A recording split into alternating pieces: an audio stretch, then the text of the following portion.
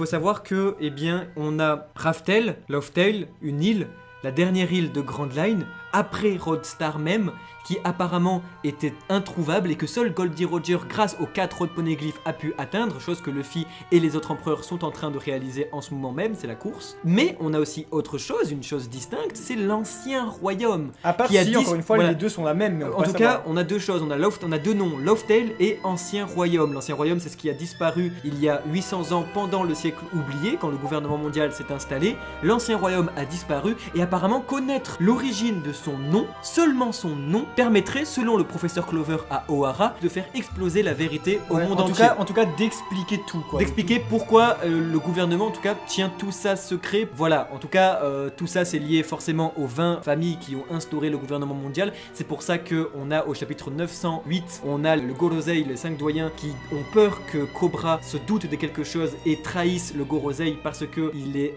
une des familles fondatrices, une des 20 familles fondatrices du royaume, du gouvernement mondial, excusez-moi, il y a 800 ans, et qui ont fait disparaître l'ancien royaume au même moment que Wano Kuni et la dynastie Kuzuki a décidé de fermer ses frontières. Tout est arrivé en même temps. On ne sait pas trop ce qui s'est passé et tout. Oh, je parle beaucoup, c'est fascinant, c'est parce que c'est fascinant.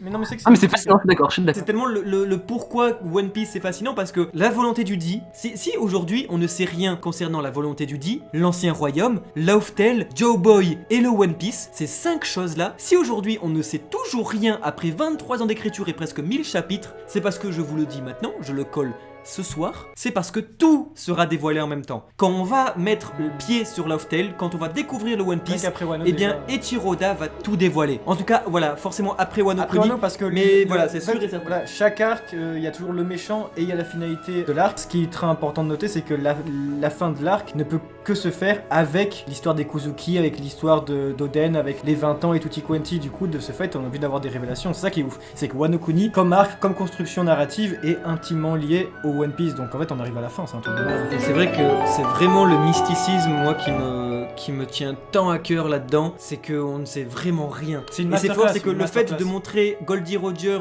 de dos devant le One Piece qui rigole, ça dévoile absolument tout, comme ça ne dévoile rien du tout. On ne peut pas deviner, et crois-moi que aujourd'hui, avec tous ceux qui font des théories sur le net, le nombre, les millions de fans qu'il y a autour du monde, tout le monde qui se retrouve, qui écrivent, qui devinent, qui font, personne ne peut deviner. Il y a forcément la théorie du monde, d'une pièce et tout, la théorie du One Piece, quoi, qui crée All Blue, blabla, la chute de Redline. Mais quand même, c'est quand même fort de savoir que Eiichiro Oda a confirmé que le One Piece était une chose physique, une véritable récompense, et qu'on ne sait rien. Je parle beaucoup, je suis désolé Timothée, mais c'est un truc de fou. Je sais pas ce que...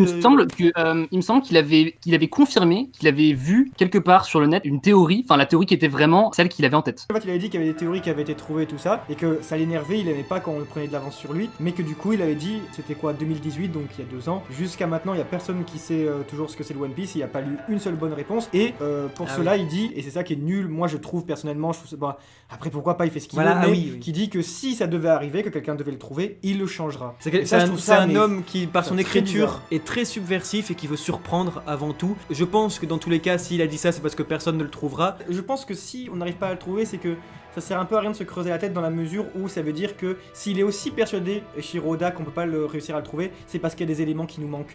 Et oui, forcément. Et comme là-dessus, moi, il y a un truc qui me tenait aussi à cœur là-dessus à raconter, c'est que donc beaucoup parlent de la Pangée, de Pangea, donc le continent unique qui existait sur notre Terre à nous, hein, il y a des millions d'années. La Terre ne formait qu'un seul et unique continent avant la division des continents qui a créé ce qu'on connaît aujourd'hui. Eh bien, je me demande pourquoi personne ne peut trouver Lauftail, c'est parce que, eh bien, les 4 rods poneglyphes, qui sont censés indiquer sa position via des coordonnées, possèdent non pas des coordonnées seulement géographiques, mais aussi temporelles. Et il y aurait longitude, latitude, temps, et hauteur, voilà, c'est ça. En gros, je pense que c'est possible parce que on nous fait bien comprendre au chapitre 966, je crois bien, que Roadstar est la dernière île de Grand Line. C'est un cul-de-sac. T'arrives à la fin de Grand Line, t'es devant un mur, t'es devant Red Line et tu te dis, t'es au cul de Reverse Mountain, à l'entrée de Grand Line, et tu te dis, mais bah je fais demi-tour. Et c'est ce que Goldie Roger a fait. Il faut pas croire qu'il a trouvé ça d'un coup. Il a fait demi-tour et il a refait tout le nouveau monde parce qu'il a entendu parler de ces pierres, de ces stèles historiques moyenâgeuses là. ils se sont dit mais attends wesh, mais en fait on peut les déchiffrer, mais c'est quoi ça? Et là il a trouvé quelqu'un qui s'appelait Oden Kuzuki grâce à son poteau Whitebird et il s'est dit mais en fait let's go, il en faut 4 rouges et ça trouve des positions. Mais ça ce qu'on nous dit pas c'est que pour le moment eh bien jamais les Mugiwara ils sont vraiment intéressés. Robin elle nous a jamais vraiment dit en fait les mecs le Road Poneglyph il est en train de nous dire 1852. C'est ça la coordonnée, tu vois, je pense que c'est qu'il y a un truc En fait, de qui en base, fait, ce qui est évident, Loftel c'est va que- pouvoir être quelque part après Roadstar,